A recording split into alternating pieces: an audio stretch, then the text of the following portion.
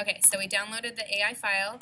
You'll notice I have him locked, actually. If I select everything on the page, you only have the text file selected. So you guys don't want to do this, but if I did it, object, unlock all, he's unselected. And where are his anchor points? If he's selected, shouldn't you see a whole bunch of anchor points? Yeah, he's an image. He doesn't have any anchor points because he's just a JPEG I pulled from the internet. So I want to vectorize him. I want to make him a vector. Okay? I'm going to lock it again because it'll be annoying. So we're going to trace him. So you can use this t-shirt. If there's another CAD that you'd rather use, like you can go to the internet and take a screenshot of it and trace that one, I'm okay with it. Or if I use this one, that's fine too. So I'm going to zoom in. I hit the letter Z to use my magnifying glass. Now I'm going to use the pen tool.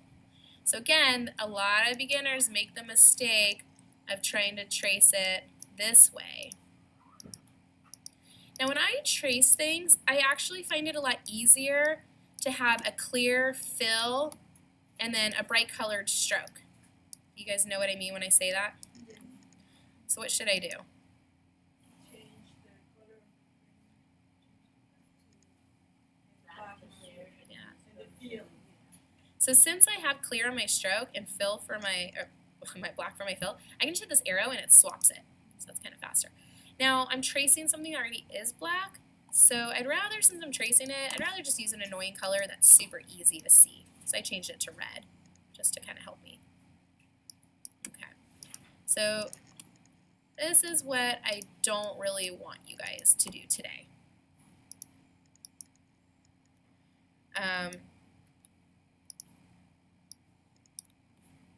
P, start a new line. Because now if we give it a fill color, let's say I want to make a yellow t-shirt, or lime green, I'm stuck with lime green sleeves, right? So it's good to think about the pattern pieces being separate. Okay. So a couple tricks we can do. If you did draw it this way, you can slice your artwork. So I don't know if this is too intermediate to show you right now or not. I guess I will. So if your lines intersect your base shape, you can select both objects. How do I select more than one thing at the same time? Yeah, hold shift. Then I can open up my Pathfinder. We haven't used the Pathfinder yet. I'm going to pull it out. And here are my Pathfinders. I can divide, I can trim, I can merge, I can do all kinds of stuff. Let's try divide. So if you notice it, it immediately deleted the leftovers outside, just let it go away. But it also grouped my objects. So it made it to two separate objects, but it grouped it. So, anyways, I'll use the direct selection tool to kind of show you. So I'm going to click here, see that? So it made it two separate objects. So what's nice is that I have the exactly perfect shape. That's kind of cool about it. If I use my black arrow, they'll be connected because part of this, I don't know, the deal with the Pathfinder is that it gives you the gift of also going object group. So I can say ungrouped, and now they're ungrouped as well. That's one way. I might show you this again later in the semester because it's a little bit intermediate, but it is also kind of a shortcut once you get going. But probably for today, what you guys should be doing is just trace each piece separately. So you really get to practice using that pen tool, making the curves. Okay, so I have my handlebar here to curve this line. Do you think I need this curve, this handlebar, for my next line? Yeah, it's gonna. If I click right here, it's gonna make a crazy curve, and I don't even want a curve there. So I'm gonna hit Command Z. That's Edit Undo. So if I click here on this link, that goes away. So I say goodbye handlebar, and then now I can continue with what I would like to continue doing.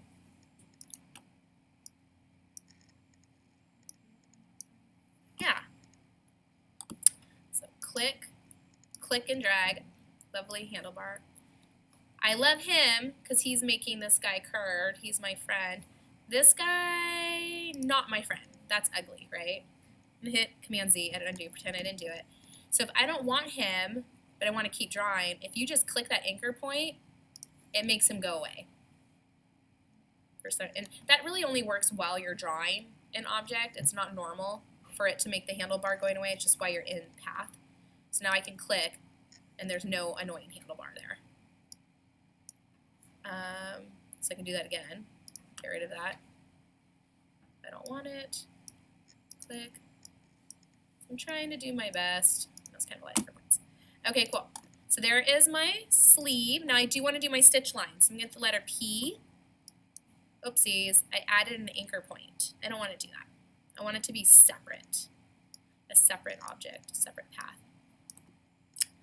So sometimes when you click right on a path that's already there, it tries to add anchor points. So sometimes I click a little bit away, and then I go and get my white arrow and move it to where I actually want it to be.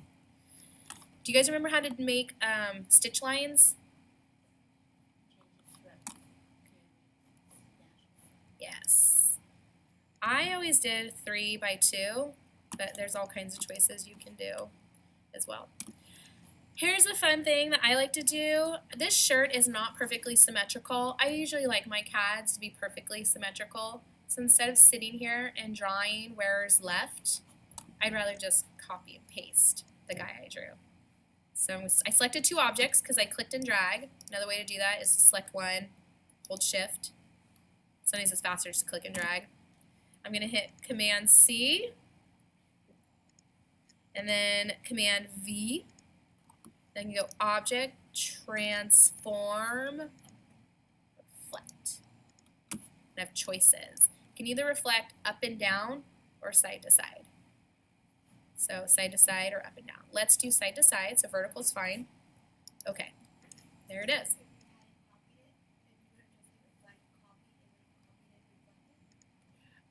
If I just did what? Say it again. Yeah. Yeah. Oh, say it again. Let's try it. What is it? This guy. And then just like skip the step about copying. Okay. And then go to do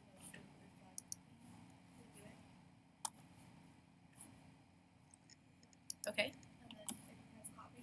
Oh yeah, I've never used that before. You're right. You can just copy. Duh. That's cool. So that's another fun trick. Awesome.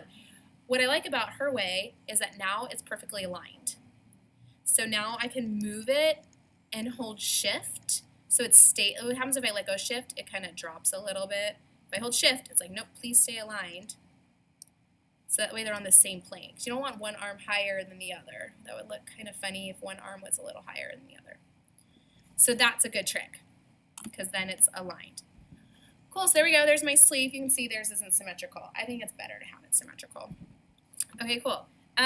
So now what I would do is probably draw this CAD. And I can fill this guy with a color. Maybe I'll make it lime green. And then it's nice to leave my stitch lines with no fill. Sometimes people accidentally just have a white fill and they don't really notice it, but I don't think it looks good because you can still kind of see the white fill. And especially if your hem has a curve, then it starts making these weird white lines. So it's better if there's no fill for your stroke lines. All right, so now I'm going to go ahead and draw this guy, my shoulder seam. Click. Now, if you want, you can make this guy be behind your sleeves, work with your layers. So I could just click a funny point and then just continue with my side seams. Just like that. I'm going to say no dash line. Now, if I want, I can make this guy symmetrical, right? So Object, Transform, Reflect, copy it. Boom. Hold Shift and move it. So I'm moving it so it aligns with this armhole. Get my pen tool to get them to connect. P, pen tool. And then maybe go ahead and give that guy a fill. Okay, so now I want him behind my sleeves because this shape is kind of funny, right? So select it, Command X, select that, Command V. So now when you look at it, you don't know it has that funny shape. So, okay, now I can try to do my rib. So just some good old-fashioned practice of drawing this. What I could do is I could select this guy. I could pick this anchor point. So we use my white arrow. So he's blue. That means this segment and this segment are both selected. All these other anchor points are white. So I can say Command C and paste it. But I actually would like to paste it on top of it. So I could say Command F. So now I have that pasted. Maybe I'll make it a different color so it's a little bit easier to see. And then I can continue drawing it.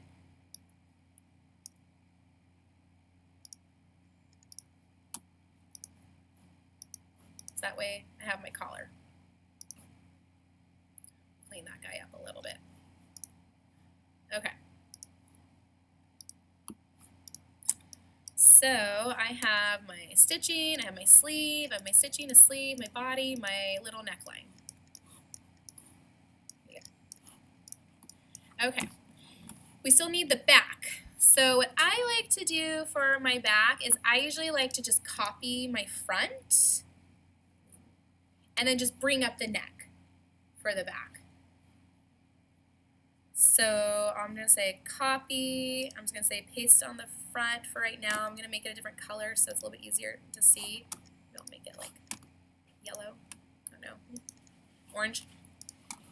So our back, you'll see our back rise, it's never a straight line, it still dips down, but usually our front is always much lower. So for our back neckline, it does have to meet here at the shoulders because it gets sewn at the shoulders. So I'm just going to bring up this anchor point like right there. And that's good for my back.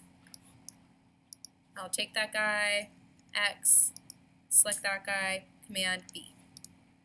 So it's on the back layer now. I like doing that. Some people just say, man, I'm just going to draw a line.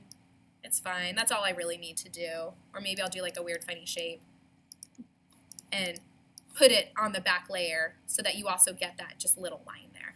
I like to just copy the shirt because sometimes you need the back real quick, so the back's just kind of hiding there. We'll go over that later more though. Okay, so I still have to do this rib. So same thing, I can say Command copy, paste it right on the front, and just move up this part. Command X. There we go. Easy, right? So easy. Just kidding. Yeah. It just takes a lot of practice. So I think we're just missing our hem down here. So if I select my stitching, I can hit the letter P and it automatically copies that I'm on the dash line. Okay, so your goal is to draw some kind of t-shirt, which I just did. Now I have to create 3 colorways. So I can copy and paste it. So maybe my next colorway is going to have red sleeves. Or whatever, orange, burnt orange, and a white fill. And then now let's do another one.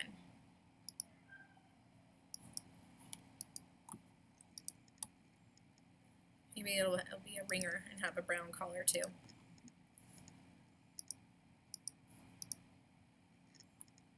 Okay, so I'll paste another one. Okay. Let's say I actually want to make this back one not green, only green on top. It's going to be kind of hard to start selecting it. Let's say I want to move them. I have to select each piece individually to move it. So it's kind of hard to do because like right now I can't even get that guy stitching because he's underneath that white t-shirt. So what do you think I should do? How am I going to get it? Let's say I want to move this green t-shirt out of the way. How do I move him?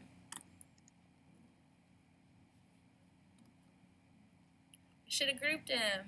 This is where grouping is real handy. So you want to get in the habit of after you do draw something like a t-shirt, select all of it, be like, voila, I'm done. Here's my CAD. Do Command G, and it groups it. So great. So now with my black arrow, if I select it, all the pieces are selected instead of me having to go get each one. And then if you want to change it, like, okay, I want to change just the sleeves, double click. You can like move your stitching. It temporarily ungroups it for you. So that's so handy, especially after you do your 3 colorways. You might want to select all 3 and you can align them so that they're like even. Okay, so find different ways to like align them. Maybe you want to do like a waterfall effect. So they're like perfectly aligned. It's really easy. So if they're grouped, you can do cool stuff like that as well. So I sped through this, I know, because I want to give you guys time. I did record this, so I'm going to upload it to YouTube right now. But let's go in the computer lab and get those t-shirts done, and let's see if we can finish that today, okay? Let's do it. So